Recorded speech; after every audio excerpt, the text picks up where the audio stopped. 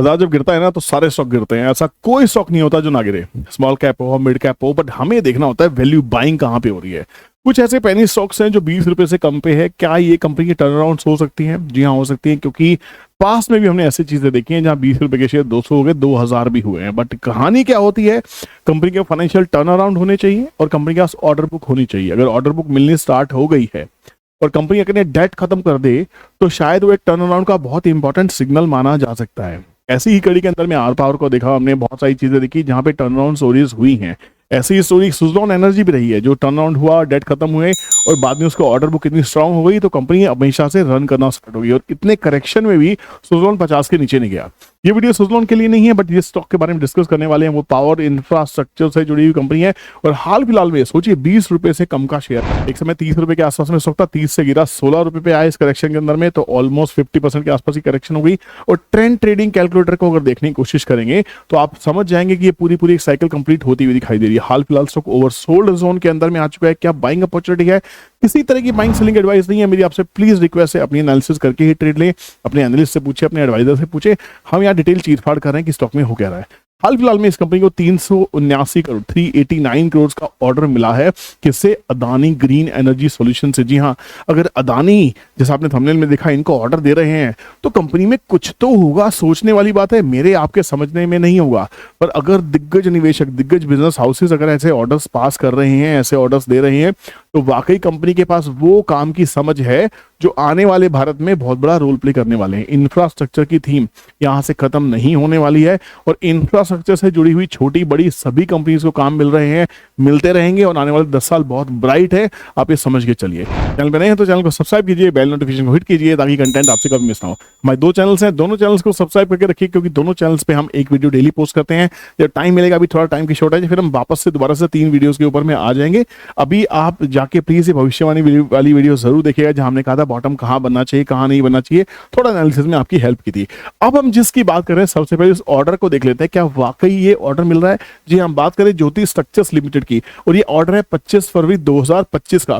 किसने दिया है आप जाके देख सकते हैं, इसमें लिखा है साफ साफ, it has accepted a notification of award from Adani energy solutions limited as per the details provided. Scope of work क्या है, क्या काम करना होगा इस कंपनी को?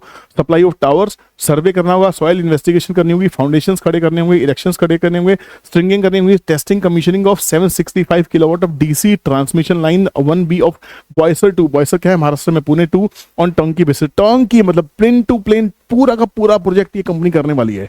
अब काफी लोग कहेंगे भाई ये कंपनी बेकार है, घटिया है, ठीक है मैंने मान लिया, पर जब इतने बड़े बड़े ऑर्डर्स आ रहे हैं एक ऐसी घटिया कंपनी जिसको आप कहते हैं, तो सोचने वाली बात है। कंप्लीशन पीरियड के 18 महीने के अंदर इसको कंप्लीट करना है। 389 करोड़ का अवार्ड है, तो अगर ये ऑलमोस्ट 400 करोड़ का अवार्ड है तो कितने परसेंट इसके बुक्स में आने वाला है प्रॉफिट, पहले ये देख लेते हैं। इसके लिए हम सबसे पहले चलेंगे और देखेंगे इसका ऑपरेटिंग प्रॉफिट मार्जिन है क्या। कंपनी को स्टडी करते हैं, ज्योति स्ट्रक्चर्स के पास चलते हैं, पहले देखते हैं कंपनी क्या करती है। कंपनी की अगर वेबसाइट पे जाके देखेंगे तो ऑटोमेटिकली समझ में आ जाएगा। कंपनी लीडिंग ईपीसी प्लेयर है पावर सेक्टर के अंदर में, टर्न की सॉल्यूशंस लेती है ईवी ट्रांसमिशंस के लिए। ये जो ग्रिडिंग आप देख रहे हैं, ये सब जैसे रूरल इलेक्ट्रिफिकेशन कॉर्पोरेशन जो काम करती है, ये काम ज्योति स्ट्रक्चर्स करती है, ठीक है ना। तो ये तो आपको पता लग ही जाएगा। अब कंपनी के फंडामेंटल्स एक बार चेक कीजिए, है ना।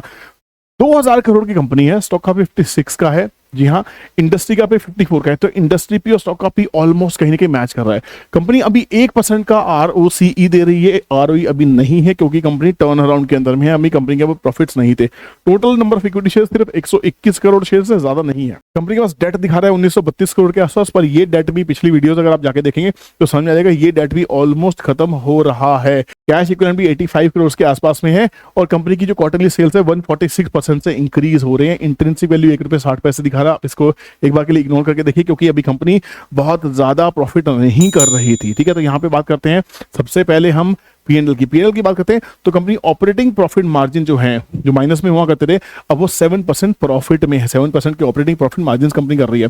कंपनी का जो सेल्स 2020 के आसपास ऑलमोस्ट 0 हो गया था, 2021 में वो बढ़ के वापस 462 करोड़ के सेल्स हो गए। और ये 25 फरवरी को जो ऑर्डर मिला है, ये इसमें ऐड कर लीजिए, ये ऑर्डर बुक में और ऐड हो जाए। कंपनी देखिए नेट लॉस में थी, कंपनी नेट 2-2 3-3 हजार करोड़ के लॉस में थी, अब कंपनी नेट प्रॉफिट 40 करोड़ के नेट प्रॉफिट में आ रही है। और 7% का अगर नेट प्रॉफिट कंपनी को अगले 18 महीने में आने वाला है तो 7%, 400 करोड़ का कितना हुआ, ऑलमोस्ट 28 करोड़। 28 करोड़ 1.5 साल के अंदर में आने वाला है, तो कितने क्वार्टर्स हो जाएंगे, 4 क्वार्टर और 6 क्वार्टर के अंदर में आपको 28 करोड़ उस कंपनी की बुक्स में कहीं ना कहीं दिखाई देगा। तो मेरे हिसाब से ये काफी वैल्यू वाली इंफॉर्मेशन हमारे पास में आ रही है, आपको इसको थोड़ा सा हिसाब से देखना पड़ता है। इन्वेस्टर्स की बात करें, प्रॉब्लम क्या है, प्रॉब्लम ये है कि सारा का सारा जो माल है वो पब्लिक लेके बैठी है, पब्लिक के पास 97% इक्विटी है, ये इस कंपनी का सबसे बड़ा रेड फ्लैग है। प्रमोटर के पास में 1% इक्विटी है, ये भी रेड फ्लैग है। एफआईज भी लगातार माल बेच रहे हैं, ये भी रेड फ्लैग है। तो ऐसे स्टॉक्स में अगर आपको इन्वेस्टमेंट करनी भी है तो आपकी जो इन्वेस्टमेंट है वो ज्यादा बड़ी इन्वेस्टमेंट नहीं होनी चाहिए, लिमिटेड इन्वेस्टमेंट होनी चाहिए। एक छोटी सोचने वाली बात है कि जो सिर्फ 1,81,000 इन्वेस्टर्स है, ज्यादा इन्वेस्टर्स इस कंपनी के पास नहीं है, हम ये नहीं कह सकते इसका रायता फैला हुआ है। बहुत ज्यादा पब्लिक के पास ये स्टॉक नहीं है, जैसा कि अगर आप देखिए वोडाफोन में 7,000 करोड़ इक्विटी है, इतने बड़े शेयर्स हैं, तो यहाँ पे खाली 121 करोड़ शेयर्स हैं। और यहाँ पे पेयर्स की बात करें तो पेयर में क्या क्या आ रहा है, क्वार्टर ऑन क्वार्टर की बात करें तो क्वार्टर भी कंपनी इंक्रीज कर रही है, लगातार सेल्स इंक्रीज हो रही है, लगातार प्रॉफिट मार्जिन भी देखिए 6 से 7% के आसपास के हैं, और क्वार्टरली प्रॉफिट कंपनी लगातार कर रही है। तो मेरे हिसाब से एक बार इसको सोचा जा सकता है, देखा जा सकता है, वॉचेस में रखा जा सकता है, क्योंकि ऐसी कंपनी जब टर्न अराउंड होने लगती है तो आप जब कहते हैं भैया चांदी चांदी हो गया। अब ऐसे में होता क्या है, अब प्रॉब्लम क्या है कि इन्वेस्टर के पास में अगर 1% इक्विटी है तो कहानी ये है कि अगर ये माल सपोज कीजिए 20 रुपए का शेयर 200 रुपए हो जाता है तो पब्लिक अमीर होगी, प्रमोटर अमीर नहीं होगा, एफआईज अमीर नहीं होंगे। तो ऐसे में जब हिकअप्स आते हैं, जब मार्केट क्रैश करती है तो रिटेल पब्लिक उसमें से बाहर हो जाती है। अब देखना ये होगा जब यहाँ पे next quarter Jan Feb March का एंडिंग क्वार्टर जब हमारे पास में आएगा, वहां देखना बहुत इंटरेस्टिंग होगा कि ये एफआईज ने और प्रमोटर ने माल बढ़ाया है, कोई इंस्टीट्यूशन ने इसमें एंट्री करी है या नहीं करी है। तो कम से कम 2-3 महीने ये हमारे रडार में रहना चाहिए स्टॉक। अगर हम इसके चार्ट को देखने की कोशिश करते हैं, चलिए चार्ट से पहले देखते हैं ये स्टॉक को हम टीटीसी के ऊपर कैसे देखते हैं। ट्रेंड ट्रेडिंग कैलकुलेटर 30 रुपीज से स्टॉक गिरा और आगे कहां खड़ा हुआ, 16 रुपीज के आसपास। 16 से क्या वापस 20, 25, 30 हो सकता है, ये सोचने वाली बात होगी। राउंडिंग बॉटम फॉर्मेशन हो जाएगा। अब देखिए 30 रुपीज से स्टॉक गिर के पूरा एग्जैक्ट जो बॉटम के आसपास बनाया है वो बनाया 16 रुपए। अब इससे ज्यादा एक्यूरेसी ट्रेंड ट्रेडिंग कैलकुलेटर की नहीं हो सकती, कितना ही एनालिसिस कर लीजिए भैया। 30 रुपए से गिर के स्टॉक 16 पे आ गया, 16 पे आके ही स्टॉक आरएसआई 30 के आसपास में बाउंस देना स्टार्ट कर रहा है, फिर से दोबारा से इसमें बाइंग आनी चालू होगी। आप देखिए रखिए, तो कहानी ये है कि स्टॉक के अंदर में अगर वीकली चार्ट देखें तो वीकली चार्ट पे एक आपको हैमर कैंडल बनती हुई दिखाई दे रही है, और ये एक बुलिश हैमर है, पॉजिटिव हैमर दिखाई दे रहा है, और यहाँ पे पिछले एक हफ्ते से इसमें बाइंग चल रही है। तो अगर इन्वेस्टर्स सोच रहे हैं तो कुछ ना कुछ तो गेम है, क्योंकि कंपनी का जो सारा खेल है ये this is the need of the future. आने वाले टाइम में हमें घर घर बिजली लेके जानी है, गांव गांव में बिजली लेके जानी है, और हर स्टेट के अंदर में हमें फैक्ट्रीज खड़ी करनी है। ध्यान रखिएगा, मेक इन इंडिया तब हो सकता है जब फैक्ट्रीज हो, ग्रिडिंग हो, पावर की रिक्वायरमेंट बहुत ज्यादा जरूरी है। और हम ऐसा देश बनने वाले हैं जो आने वाले टाइम में हम इस पावर को एक्सपोर्ट भी करने वाले हैं। मैंने आपको पहले भी 1 साल से वीडियोस दे रहा हूं पावर के ऊपर में कि यहाँ पे 17 लाख करोड़ के आसपास का निवेश पावर के अंदर में आ रहा है।